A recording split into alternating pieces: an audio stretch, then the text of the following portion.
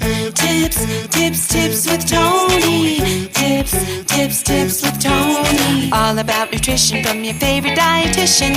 Everything you need to digest in your mind. Tips with Tony. Tips with Tony. Making you healthier one bite at a time. With Tony. Woo! Hello and welcome to the Tips with Tony podcast. I'm Tony Marinucci, your registered dietitian, helping you get healthy one bite at a time. I am beyond excited for you guys to meet our next guest. I have virtually in front of me Josee. I think I said it right. She's Canadian.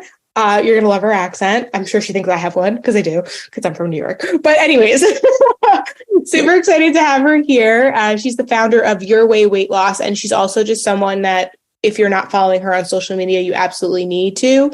Her posts are authentic, honest, raw, real, all the things. If you struggle with body image, I strongly encourage you to give her a follow. Actually, Josee, I'm going to have you introduce yourself in a second. I want you to share your handle like right away, so people don't wait, because I usually have them do that at the end, but I really think people need to follow you. It'll be in the show notes, but you guys, I think it's also really helpful to put a face to the name as they're kind of talking. I don't know. I just love it. She has great energy. I'm so excited to get into today's conversation. So Josee, welcome to the podcast. Oh, thank you, Doni. Okay, so my handle is Josee, JOSEE_YWWL for Your Way Weight Loss. If you were to just look up Your Way Weight Loss, it's like really hard to ignore us, and then you'll definitely find me through that platform. But yeah, that's my handle, you guys. I would love to have your follow. Oh, amazing. They will follow you. I got pretty loyal followers. So I feel like that's why I'm very particular about who I bring on as a guest, because they already trust me. So it's like, if I'm bringing somebody on, they know that I've already vetted them. Yeah. So I'm sure you'll get a lot of follows after this, which is exciting. Well, I appreciate it. Yeah. Not that you need them. You're killing it, girl. Oh, thank you so much. Thank you so much. I love the internet. Yeah, it's awesome. They're fun. Yeah, they are. Yeah. They definitely are. So let's just have you start by introducing yourself. I'd love to know a little bit more about who you are, what you do, and most importantly, why you do what you do. Okay. So I am Josee Comier. So my first language is French. So if ever I'm like looking for my words, that's what's happening. I live on the East Coast, Canada, in New Brunswick, right next to Maine, you guys. And I am 36, soon to be 37, mom of two. And right now, as Tony said, I am the founder of Your Way Weight Loss. I founded Your Way Weight Loss 12 years ago, when I was 25 years old. And really that really is a big part of my story and what I do and why I do it. So, I used to live in a bigger body, and I was introduced to all the programs that probably most of you are introduced to when you want to lose weight.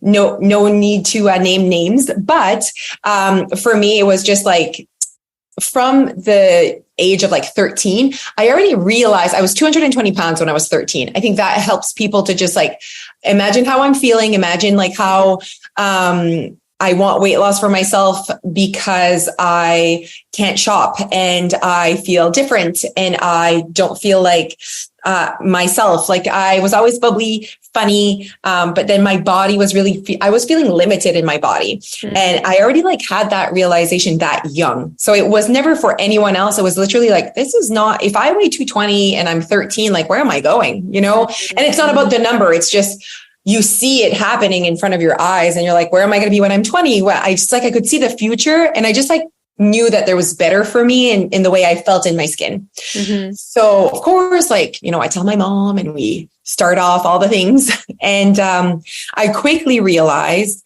and even when I say quickly realized, like years later, I lost 70 pounds and then you gain it back. And like, so I've done all of that. And I just realized that I always felt like programs were kind of putting me in a bubble, like, because you live in a bigger body, well, you can't eat this, you can't eat that. These are your rules. And I just like really, that was not settling well with me. Like I just, from such a young age, I'm like, that doesn't make sense to me. I would always be like, well, my friends who don't live in a bigger body can eat those foods. So I just felt like they weren't being honest with me on how I can like find my own way. It was just like their way.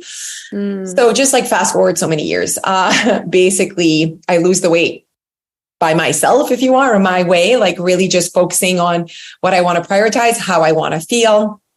But still, honestly, those years of, I don't want to say dieting, but those years of being on programs that are trying to make me lose weight in a way that does not feel authentic to me, definitely had some damage. Like I had like healing to do in terms of like my beliefs, like whether it's, for some, it's like they're afraid of carbs, or depending on the types of programs they've done. For me, it was like nighttime eating was a big one. You know, when they tell you that basically special fat gets on your body if you eat at 7:03. It's like 7:03 and then like 47 seconds.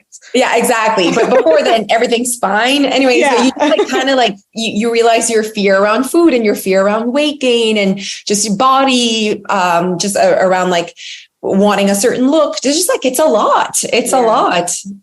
You can be successful. What does that mean? You lose the weight, but you can be left with a lot of consequences as well, and work and healing. So anyways, I kind of like became really passionate about this whole thing. And I told my husband, I'm like, I want to start a local program. Where I'm from, I said, I really have a lot to say and I want to help women lose weight their way. So that's where it comes with Your Way Weight Loss. And now we're 12 years later. And it's become more of a, we still have our location in where I'm from. We have 2 locations in person. And then we also obviously are online. So I do what I do because women deserve it. Women deserve to know that they can feel better and whatever that means for them. And that they can prioritize and that they can get louder about who they want to be and that they don't have to, they can figure this out themselves. It's just the diet industry has never really let us do that. It's like, do it our way. This is the way. Yeah. And so I just like want women to know that they can definitely figure this out.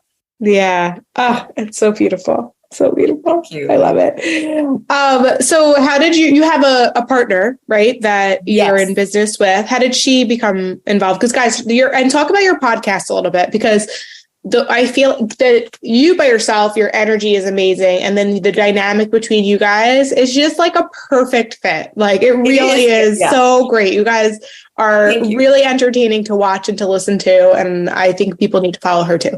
Oh, that's nice. Yes. Alicia. So Alicia_YWWL would be the other face of Your Way Weight Loss if you want, right? So how did she come in is 5 years in when I am growing at capacity at my location. I'm like, I need someone else to take over like a bigger city that was like 30 minutes away. And that's where she lives. And she was a teacher with me. We were both high school teachers before we full time. Yeah. So she lost 50 pounds with Your Way Weight Loss. And it wasn't about the weight though. It was just, I could see her transformation. Like her mindset was exactly, just her mindset transformation was exactly what I was looking for someone to be me at a different location, because for 5 years it was me alone every week doing my thing. So her being a teacher, that's a great quality when it comes to what we do, which is showing up, being like talking to people, being in front of people, because that's all Your Way Weight Loss was for the first 5 years. And then we started. So she comes in 2017 and she opens up a location, like I said, about 30 minutes away from my home and where I was. And it was the success right away because I had created a reputation just 30 minutes away. You know what I mean? So exactly. People knew what it was. And by that time, people are successful, loving it, whatever. So she comes in, and that same year we decide to go online because people were like, my cousin lost weight with you and I'm in Alberta. How can I, you know what I mean? So I was like, how can we like make this like a program that people can do from a distance? Anyway, so we created that together. So she's been with us since 2017 now, full-time. She's my other full-time employee. We're 6 women that are like running the show. And yes, we have a podcast and it's called Let's Get Loud with J&A. We have like, we're like a personality together. Like it's good. It is. It's a whole personality. It's a whole person. It's a whole vibe. J&A is a whole vibe. It's amazing. I think a good way we're going to talk about a documentary we did. I think a good way to see our vibe is the documentary, because you see. Talk about it. Yeah, talk about it now. Because I was watching it before we even started recording, and it's really, I think, and then I definitely want to talk about some of like the mindset shifts and like the healing that you mentioned before, because I feel like it plays into that really well. And it just gets addressed there. Most of it gets addressed there. So let's talk about the documentary. Okay, cool. So, Alicia and Alicia has 3 kids. We're about the same age. And we're fun, but we're also, we're fun for sure. But what I mean is we're we're the same because we have the same type of vibe, but we're very different. And the way we do life is different. And that just like feeds into your way, right? She lost her weight, her way. I lost my weight, my way. And it's just like, sometimes I don't drink alcohol just because it tastes disgusting in my mouth, and nothing against it. And alcohol is her thing. You know what I mean? Like, she loves to go out, cocktails, whatever. And so when people are like, I can't lose weight because I like to go out for a drink, I'm like, Alicia is the poster child of being able to, and it's just nice because when there's just one person, people tend to really believe that your way is the way. So I think it's good when there's 2 different people that are leading the whole thing, and recognizing how different we are and how she cooks for her family, everything's whatever. And I'm more of a like, open the fridge. What do you guys want to eat? We're kind of just, I love to like eat 17 times a day. She just like sits and like, so we're very, so it shows that you have access to weight loss if that's what you want in your own way as well. But it is something to work towards and figure out, because you have to know yourself a lot, right? Yeah, for sure. Okay, so our documentary, so we did this big project. It is one of our proudest pieces of content out there. We wanted to have a piece of content that would explain just a lot of different, there's so many things that we wanted the documentary to, I guess not explain, but just be about. But then it's like, okay, you can't, my producer was like, you can't, there's too much. Like, you talked about this, you talked about that. It's like, you need to focus on like, what is the one message, right?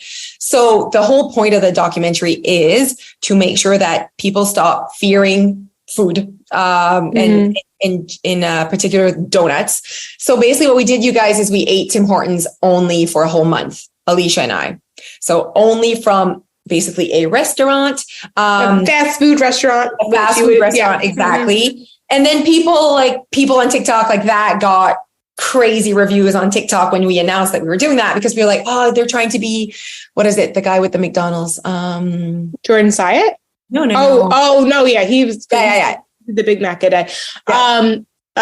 Super Size Me. Okay. Mm-hmm. And I'm like, oh my God, it's actually the opposite, because Super Size Me is trying to scare you into, you know what I mean? And he's consuming over 5,000 calories a day. His whole point is to gain a bunch of weight and to feel disgusting. Whereas for us, the message is completely the opposite, that let's stop feeling guilt for eating a donut, because and just the language around it. So we talked about like saying like a donut is fattening.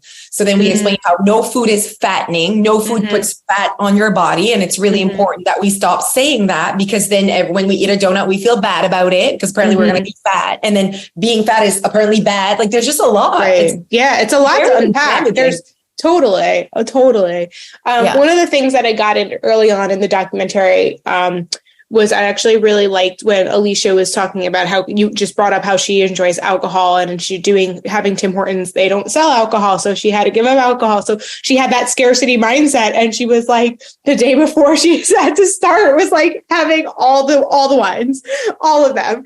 Right. So can you play into some of the like mindset shifts that you recognize people start with, and where they can like maybe move it to in time? Well, I mean, the language that we speak around food is massive. And I'm sure you agree, like just saying like, that's healthy, that's unhealthy, that's fattening, that's not fattening. And also just thinking that certain foods are weight loss foods. Like, we'll get people that be like, what's a good weight loss breakfast? I'm like, there's no such thing as a weight loss breakfast, you know? Exactly. So I just feel like our culture, our society has a lot of work to do in how we speak. And of course, how we speak comes from what we think, and what we think comes from what we believe, and what we believe comes from what we take in, and our experiences and our history and our just everything.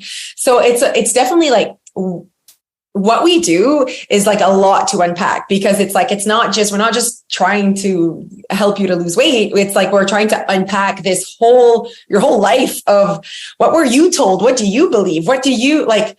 What are you afraid of? Because for some, it's like their weekend, it's the carbs, where I don't have any bad relationship with carbs. I've never done keto. So I've never like had that, so it really depends on what you've done. However, I've done, Weight Watchers, counting the points. I've seen, yourself be hungry and not eating because you're out of points, just all of that. So when it comes to the documentary, what we wanted was the meal plan. So basically, when you're being told what to eat and things it's never about what's on it. It's what's not on it. Right. And so and without like the underlying message that's not being said is, whether you realize it or not, when you're on a meal plan, those foods that are on the meal plan that are maybe making you lose weight, you see them as better. You see them as healthier.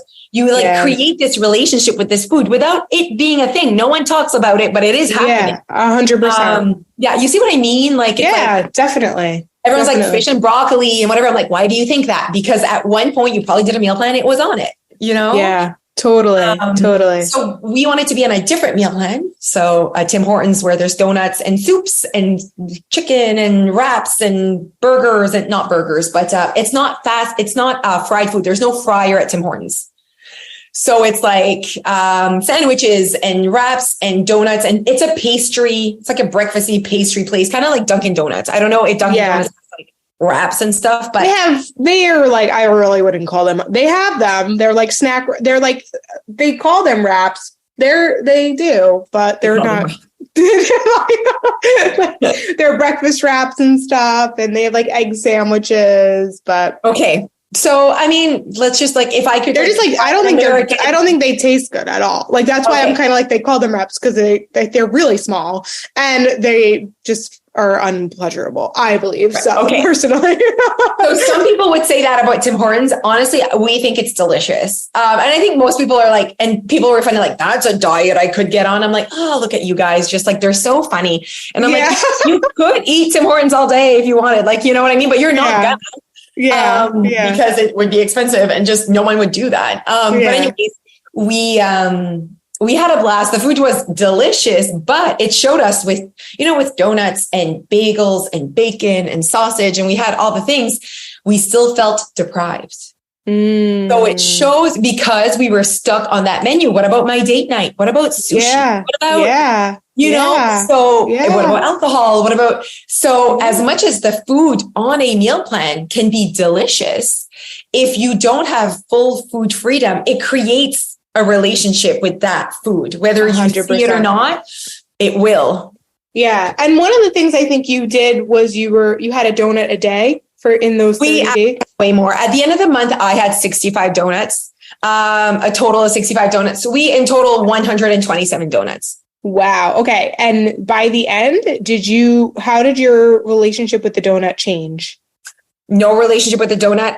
Another point. Or flavor.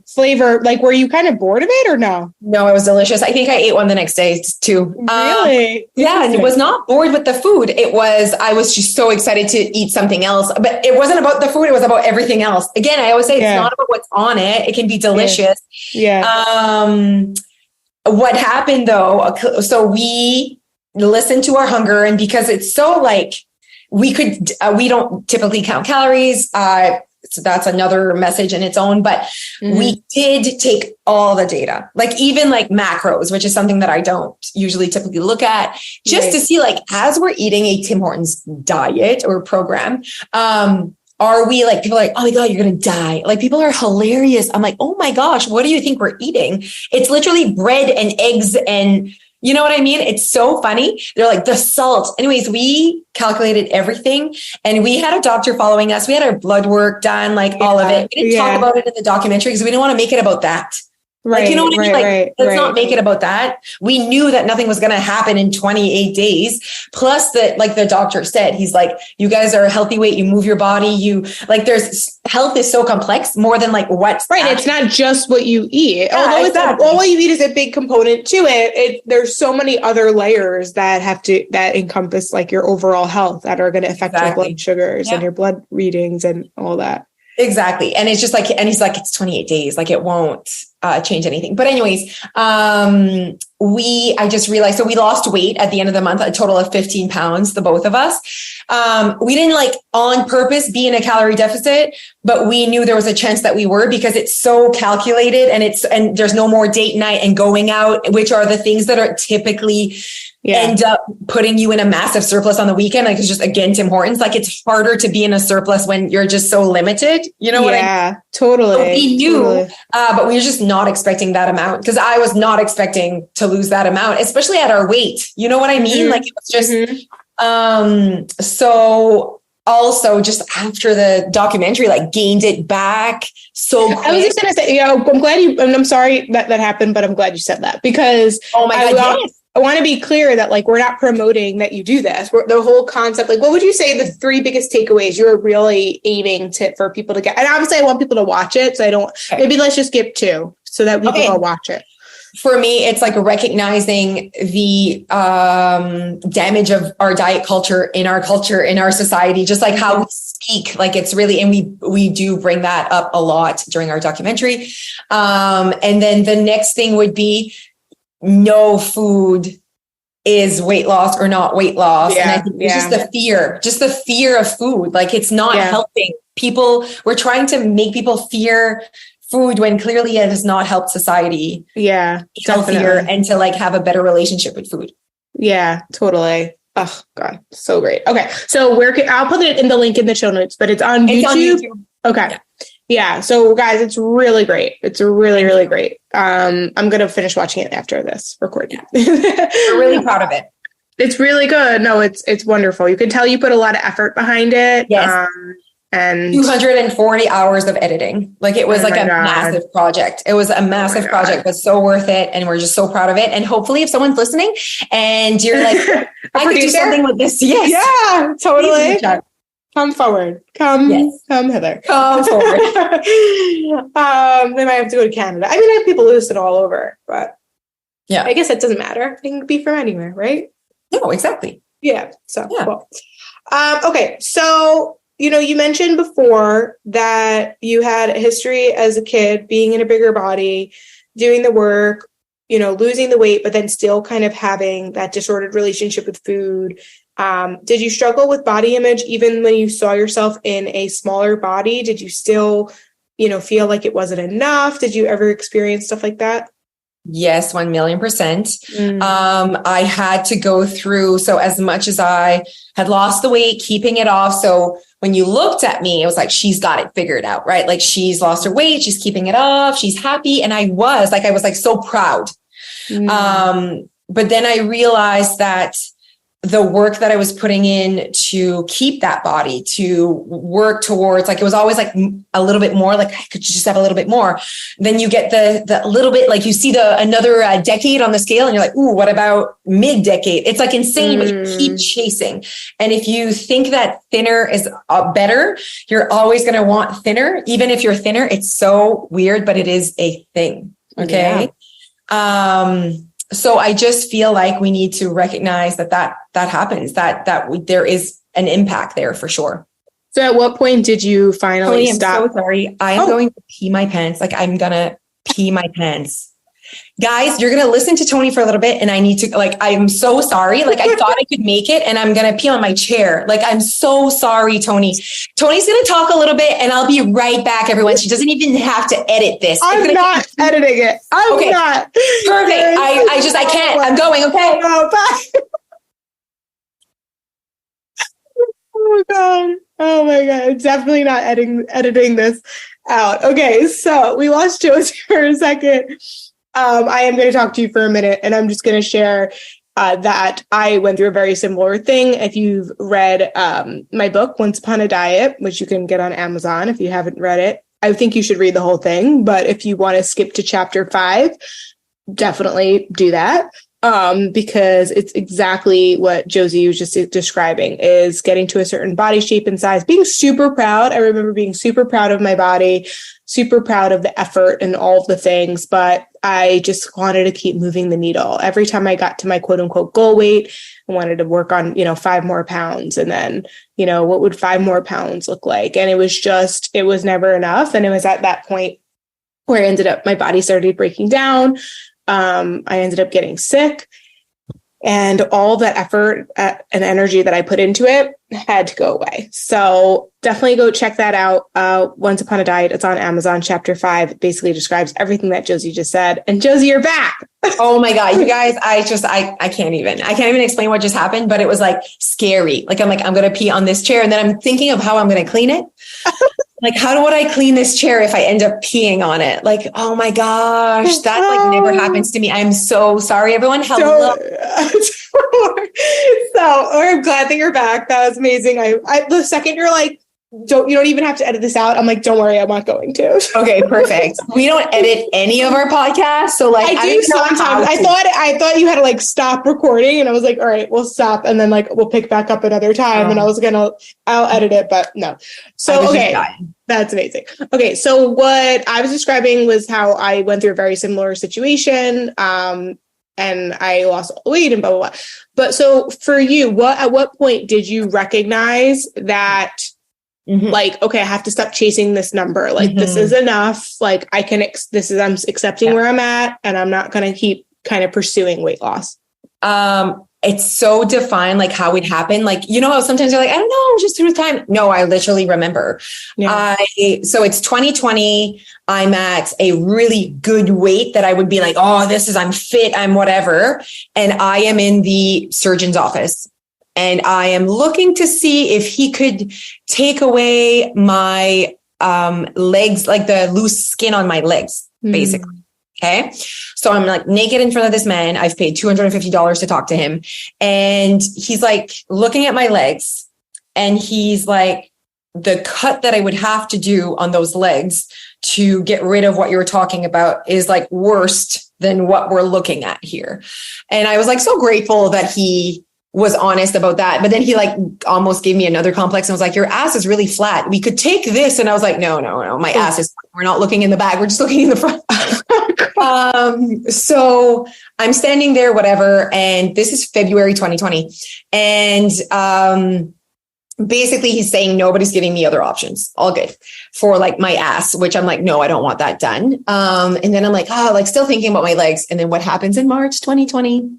Okay. The pandemic for me, and like, I was so lucky in terms of like everything that happened in the pandemic. There are so many people that have traumatic stories of their experience of the pandemic. So I'm not taking that away from anyone, but for me, I will say, Josee, you used air quotes a couple of times, but not everybody is going to see this. Some people are going to hear it. And so just for reference, she was, when she said lucky, she used air quotes. Yes, and then when she said she had like a good weight, she also used air quotes. Just okay. I like that.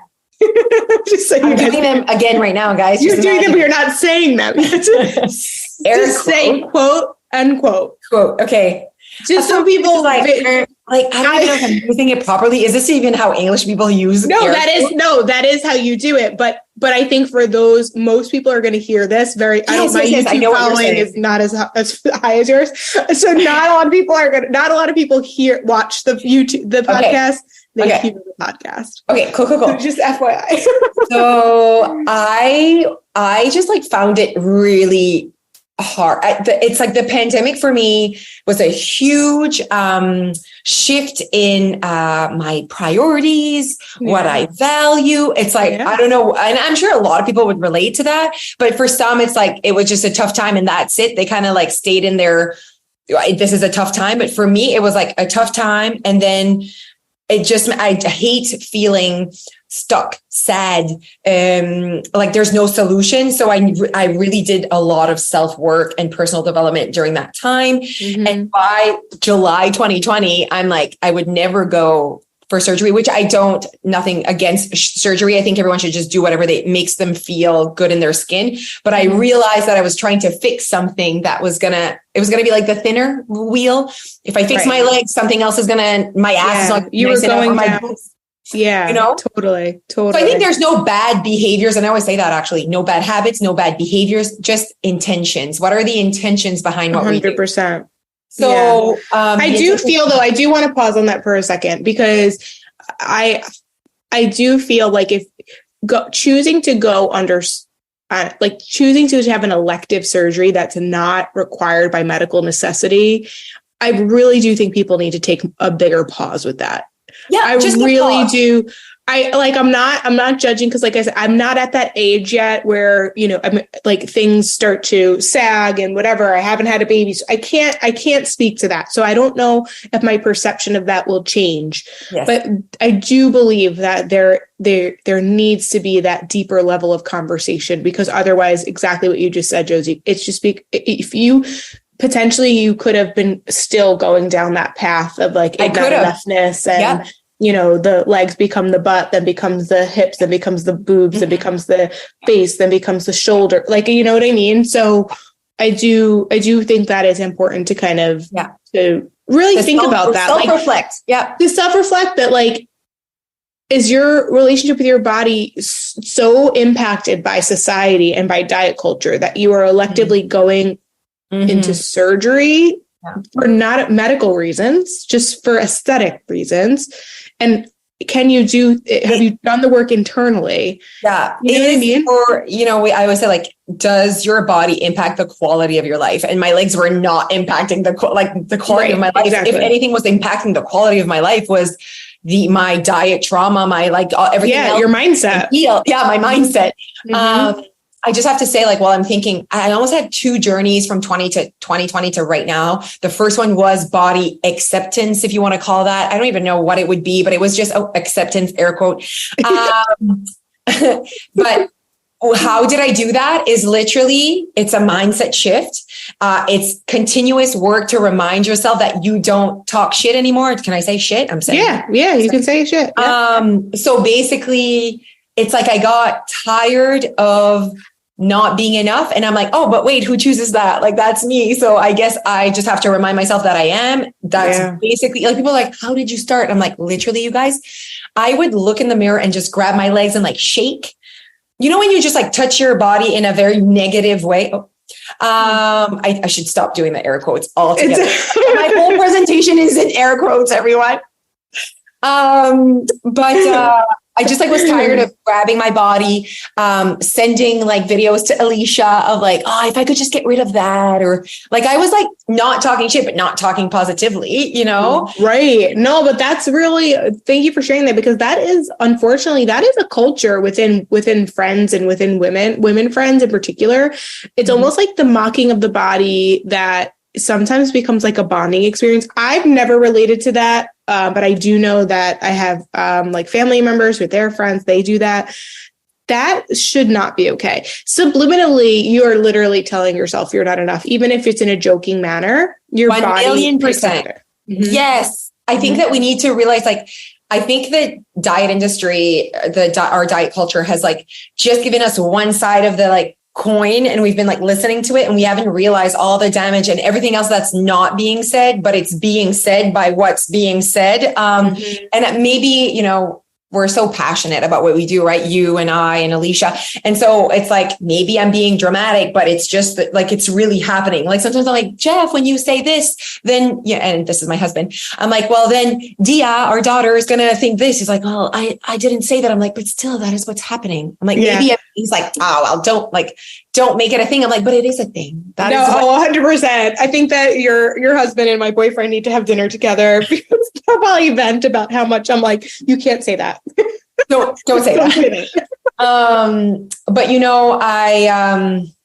I like lost. Okay. So then there's that whole journey. So that first summer, I basically wore a pair of shorts for the first time. I know it's insane, but I had always said like I needed to be a certain number to wear shorts, which is just, guys, I'm being totally honest.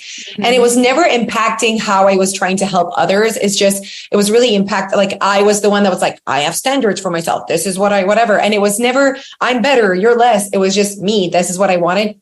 So I wore shorts for the first time on my walk. So that's when like things are moving. Like if I wore shorts, it's to just stand up and sit back down. And I'm not sure if I'm sitting down, I'm just standing up straight, not moving. Oh my God. But going for a walk where things are moving. I remember my first walk, man, was it ever uncomfortable, but not uncomfortable in my skin, in my heart, in my, like, are people thinking something or when they drive by? Oh my God, a car is coming from the back. You know what I mean? Like you're like, oh, and then you realize everyone survives, and you go to the grocery store, and no one could care less that you're wearing shorts, and no one dies. Right. You know? Yeah. And all along I'm going through this journey alone. Like, for me, like, I'm tired of, I have an upper body that is very, society is like, ooh, that is a nice upper body. Like that is like a healthy upper body. And then my lower body doesn't really match my upper body. I'm sure if you watch a few of my videos on my Instagram, you guys will like see what I mean. My lower body, lots of cellulite, lots of loose skin, is thicker. And then my upper body, you can see abs. I have really nice arms. My body doesn't keep a lot of my body fat on top. I have no breasts. I have no body fat, and then it's all on the bottom. So I've always like hated my lower body. It's just always been a part of the story. If I could just have an upper body, imagine that, wishing that there was no lower, like, isn't that crazy? Yeah. So I went through that journey of just putting it on the internet for the first time, because like it's easier to take a selfie and not, you know what I mean? Those full length pictures and just like really hiding that part of your body from the internet, but really you're hiding it from you. So I remember I got back from that walk and I felt inspired by myself, basically. And I told my husband, take a video of me, put it slow motion. And I just did this like wiggle dance with my legs. And it's just like it's just moving. And I posted it. And I was like, you know what? When you see me on the beach, you won't be like, oh, wasn't expecting her lower body to be like that, because I just showed you it moving slow motion. And it's like, I was trying to hide it from the people. And sometimes I didn't want to go to the beach because I'm like, they only know what I look like from the top. If they see the whole thing, like it's very interesting the way you like speak about yourself. So that was like the moment for me, that video. And then since then, it's literally, if I catch myself wanting to say something bad about my legs, most of the time it's always about my legs. So I'm like, oh, we don't do that anymore. That's how I answer myself. We don't do that anymore. And then it's like, I just like keep walking. If I don't have anything nice to say, I just like keep walking. You know what I mean? I love that. And now it's like natural. Like now I was going to say, but it sounds like now you still have the thought, and this is really uncommon. I think people don't recognize, they forget that just because you're healed, or you've healed a relationship with the food in your body, we can't control our thoughts, right? Yep. So you still have the thoughts. You've just created a practice and a boundary about how to respond to it better. And now that's the thing that's second nature. Yes, so I think that needs to be clear. It's second nature without me thinking. You're so right. And I like that you said boundary. I think that it's a boundary of respecting your body. And then while going through that journey and really now no longer saying, like, it's very rare that I say something very negative about my body, because it's like no longer a thing. That's 3 years in, you guys. So it's not just week one.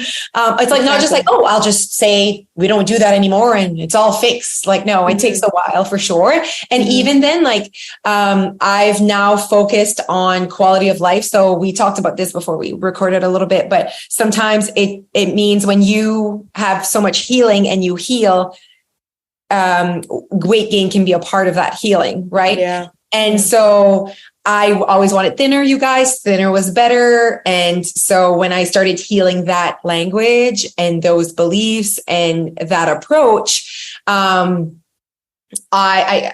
not about the amount, but I did go up. There was weight gain a part of it, which would have been scary in the past. And when you heal all of that, you just recognize the focus, and the focus is quality of life, quality of mindset, the positivity, why you're here as well. Yeah, totally. 100%. I mean, that is one of the biggest fears people think, is that if they if they accept their body, they're going to gain weight or never lose the weight or whatever it is. And I always try to tell people, just focus on one step at a time. Yeah. And, we really don't know what's going to happen to your body, but what we do know is that you trying to control it is actually making things worse. So let's let it just be wherever it's meant to be. When you have a healthy relationship with food, healthy relationship with your body, all those things, then we'll see what happens as a result of that. Yeah. I think that people that are chasing just weight loss, like not even really I just want a thinner body, let's say, like, so that's just like weight loss, nothing else. I think they're chasing happiness. I think they think that thinner body is going to kind of fix other areas in their life. And I'm like, I truly believe that everyone just wants to be happy, and that has no look to it. It's literally a perception of your whole life. Like, and it's prioritizing what makes you happy, and a thinner body is not what makes you happy. They're focused on prioritizing movement, if that is something that makes you happy, or just time for you, whatever. And then your body is just going to become the vessel that makes you do all the things that make you happy. Yes, exactly. Exactly that. This is such a good episode. Thank you so much for being here. Is there anything else you want to share or add before you wrap up and let people know where they can find you? I mean, you guys, so there's our podcast called Let's Get Loud with Jay and A. That's a great way to know us, to creep us. I always say creep us. And then obviously Instagram, finding if you look up Your Weight Loss on all platforms, we're everywhere under Your Weight Loss. So you can find us. And then Instagram, we're very present and always in our stories. And that's where you can get to know us. And the documentary is a great way to know our personalities and to learn as well, and to get that shift in your mindset. Yeah, for sure. And I'll make sure to put all that stuff in the show notes so that people will easily follow along. Thank you so much for being here. For those of you listening, make sure you give them a follow. If you're not subscribed to the podcast, make sure you hit that subscribe button. You will get notified when a new episode comes out. And so that way you won't miss anything. As always, thank you so much for listening. I'm Toni Marinucci, your registered dietitian, helping you get healthy one bite at a time.